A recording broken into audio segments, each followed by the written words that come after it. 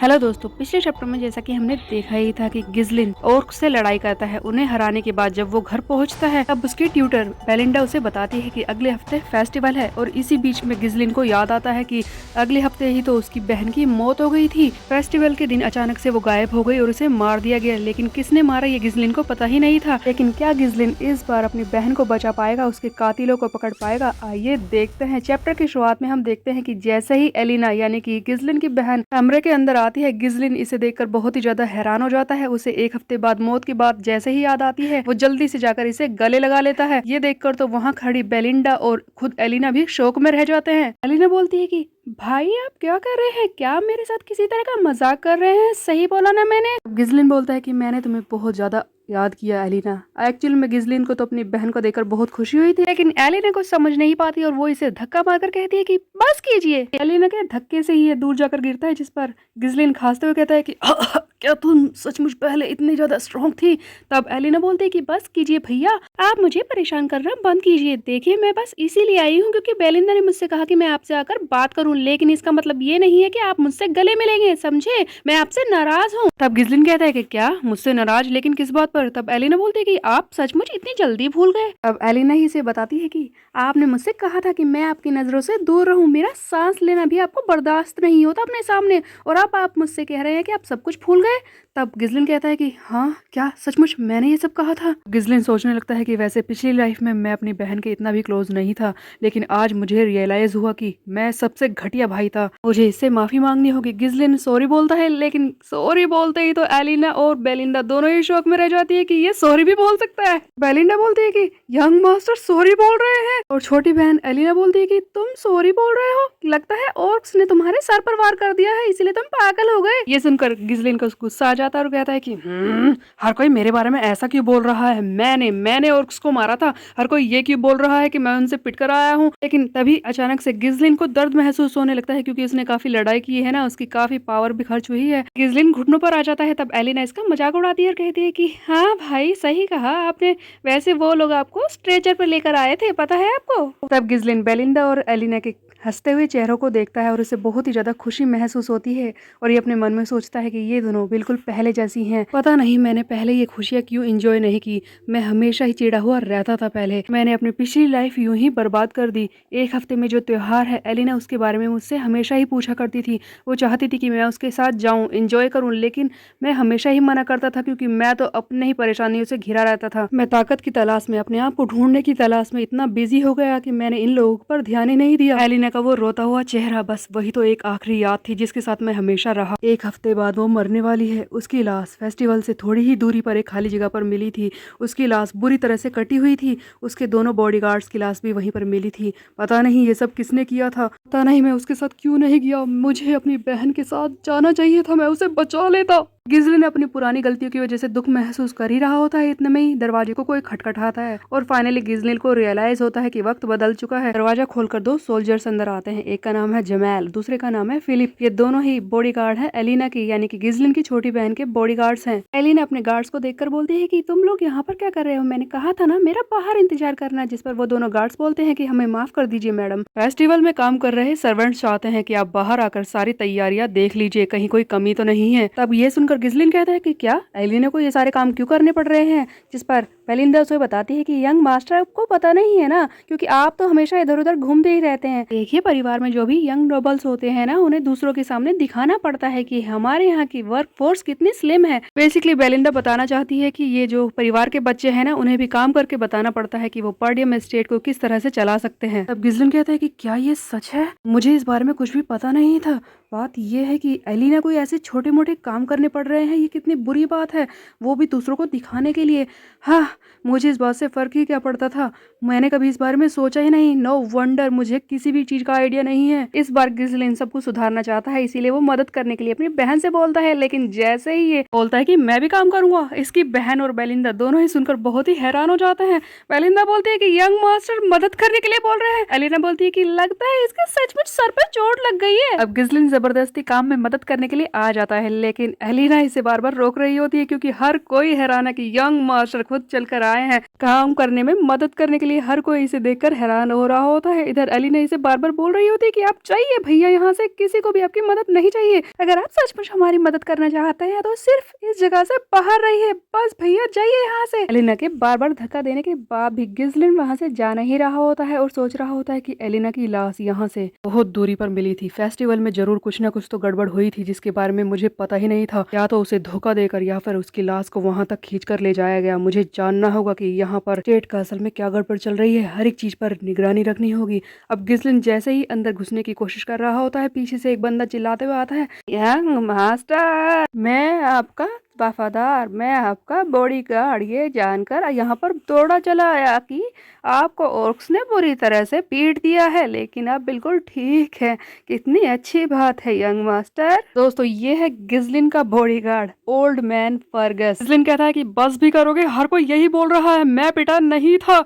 लेकिन इतना में एलिना बोलती है कि ओह मिस्टर फर्गस, आप यहाँ पर आ गए, कितनी अच्छी बात है। देखिए आप यहाँ से भैया को ले जा सकते हैं, वो यहाँ पर परेशानी खड़ी कर रहे हैं। देखिए लगता है इनके सर पर चोट लग गई है, इसीलिए जब से जगह है अजीब सा बिहेव कर रहे हैं। तब ये सुनकर गिस्लिन कहता है कि हाँ, मेरी पुरानी जिंदगी में मेरी कोई इज्जत नहीं थी, मैंने सब कुछ खराब कर रखा था, ये कितनी बेकार बात है। गिस्लिन समझ चुका था कि यहाँ पर तो उसकी दाल गलने वाली नहीं है। तब वो कहता है कि मुझे एक हफ्ते के लिए कुछ ना कुछ तो अपने लिए काम ढूंढना ही होगा। तभी अपने गार्ड नाइट फर्गस से बोलता है कि वो इसे ट्रेनिंग हॉल में ले चले जहाँ पर ट्रेनिंग की जाए। अचानक से ट्रेनिंग का नाम सुनकर तो हर कोई हैरान रह जाता है, लेकिन गिस्लिन सोच रहा है कि वो खुद को एक हफ्ते में ट्रेन करेगा। यहाँ से हम देखते हैं कि फर्गस और गिस्लिन दोनों ही आ जाते हैं ट्रेनिंग हॉल में, जिसे देखकर तो गिस्लिन बहुत ही ज्यादा हैरान हो जाता है और कहता है कि क्या हमारे किले में इतना अच्छा ट्रेनिंग हॉल था, ये बात तो मुझे पता ही नहीं थी। पिछली लाइफ में जब मैं मर्सनरी था तब इस तरह का ट्रेनिंग हॉल मिलना तो कितना मुश्किल था, और ये एक मेरे किले में ही था, मैंने इस बारे में कभी सोचा ही नहीं। यहाँ पर तो मैं बहुत अच्छी ट्रेनिंग कर सकता हूँ। फर्गस गिस्लिन से बोलता है कि मैंने इस जगह को अच्छी तरह से रखने की कोशिश की है, क्योंकि मुझे लगता था कि आप कभी ना कभी तो यहाँ पर आएंगे खुद को ट्रेन करने के लिए। मैं जलकर जब तक राख ना हो जाऊं, मेरी मौत से पहले आप यहाँ पर ट्रेन करने जरूर आएंगे, बस मुझे यही लगता था। तब ये सुनकर गिस्लिन कहता है कि क्या पिछली लाइफ में इसे भी मुझसे उम्मीदें थी। आई सी, मैंने कुछ नहीं संभाला।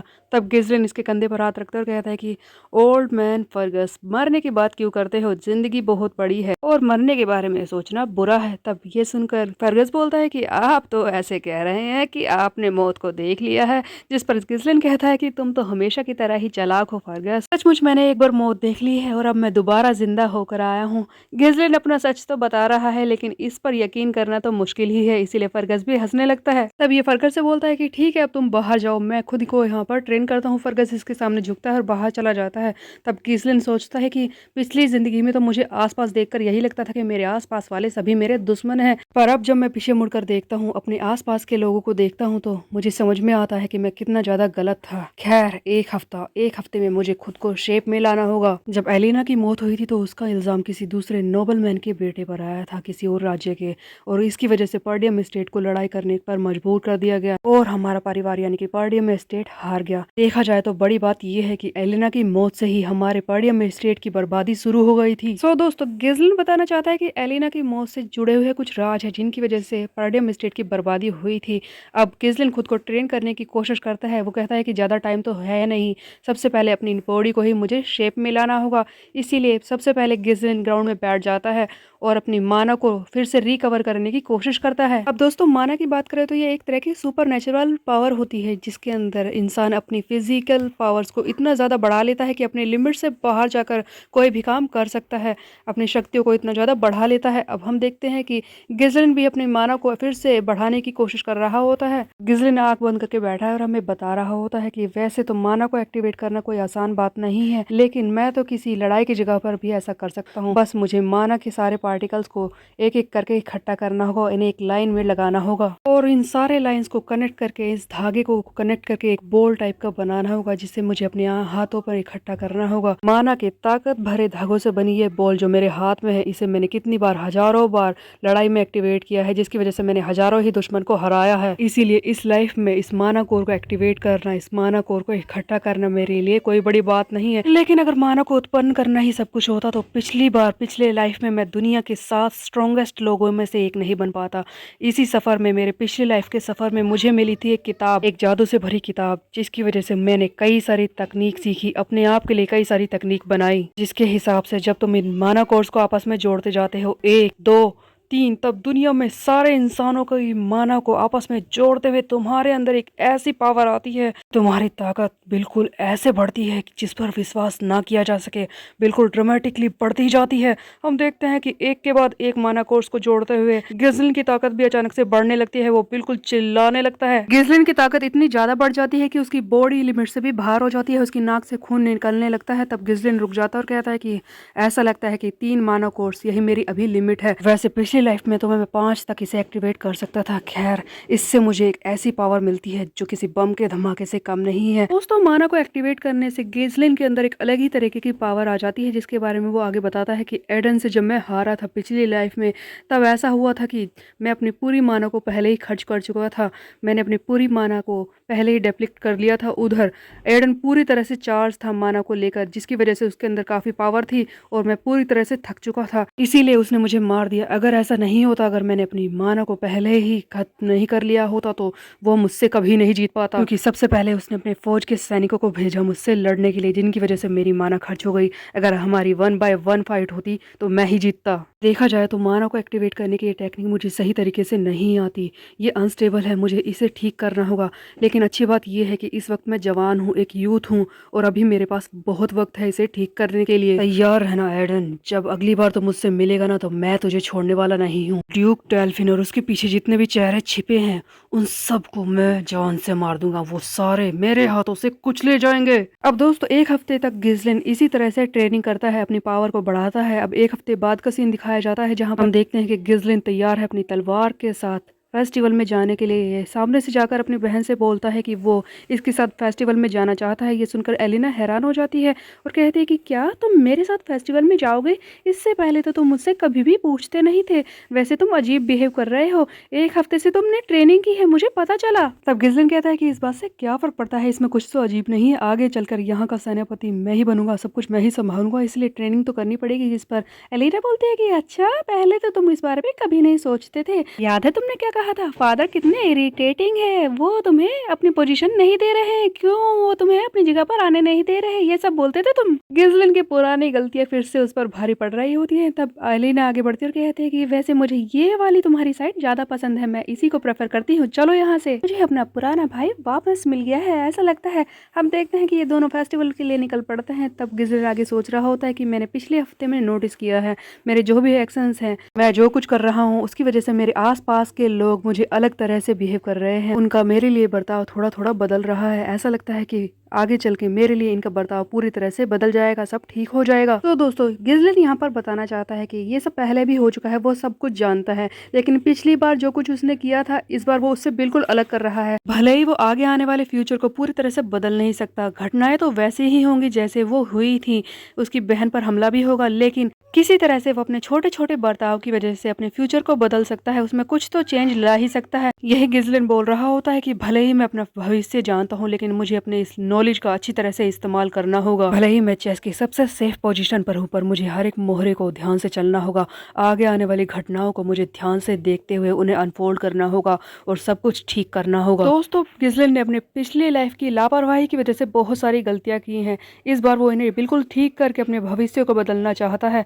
अब आगे हम देखते हैं कि गिज़लिन और उसकी बहन दोनों ही घूम रहे होते हैं, पूरा फेस्टिवल एंजॉय कर लेते हैं, लेकिन कोई भी घटना नहीं होती। तब एलिना एक सीढ़ी पर आकर बैठ जाती है, गिज़लिन इसके पास ही खड़ा होता है और सोच रहा होता है कि कुछ भी नहीं हुआ। एलिना बोलती है कि ये सब कितना बोरिंग है, हर बार जो फेस्टिवल में होता है ये सब कुछ वही था, मैंने सब कुछ एंजॉय कर लिया, लेकिन इतना मजा नहीं आया, हर बार ही तो करते हैं, कुछ नया नहीं था ना। तब गिज़लिन भी बोलता है कि हाँ, कुछ नया तो नहीं हुआ है, मुझे लगा था कि इस पर हमला होगा, लेकिन ऐसा लगता है कि कुछ भी गड़बड़ नहीं है यहाँ पर, मैंने सब कुछ चेक कर लिया है, पर ऐसा तो नहीं है कि कहीं मैं एलिना के साथ घूम रहा हूँ इसीलिए कोई इसके सामने नहीं आ रहा। गिज़लिन को लग रहा था कि सब कुछ नॉर्मल है, लेकिन असली गड़बड़ तो अब होने वाली थी। हम देखते हैं कि अचानक से वहां पर कोई आ जाता है, जो एलिना से बोलता है कि तुम्हें मजा करना है ना, चलो यहाँ पर आ जाओ हमारे साथ, हमने एक नई जगह ढूंढी है यहीं पड़ोस में, वहां पर काफी मजा आएगा, आप हमारे साथ चलिए, हम आपको मजा कराएंगे। अब गिज़लिन ध्यान देता है कि ये दोनों कोई और नहीं, ये तो एलिना के ही बॉडीगार्ड्स हैं, गार्ड नाइट्स हैं, फिलिप्स और जमेल, जो कि हमेशा इसके साथ ही रहते थे। गिजलिन गुस्से से इन्हें देखता है और कहता है कि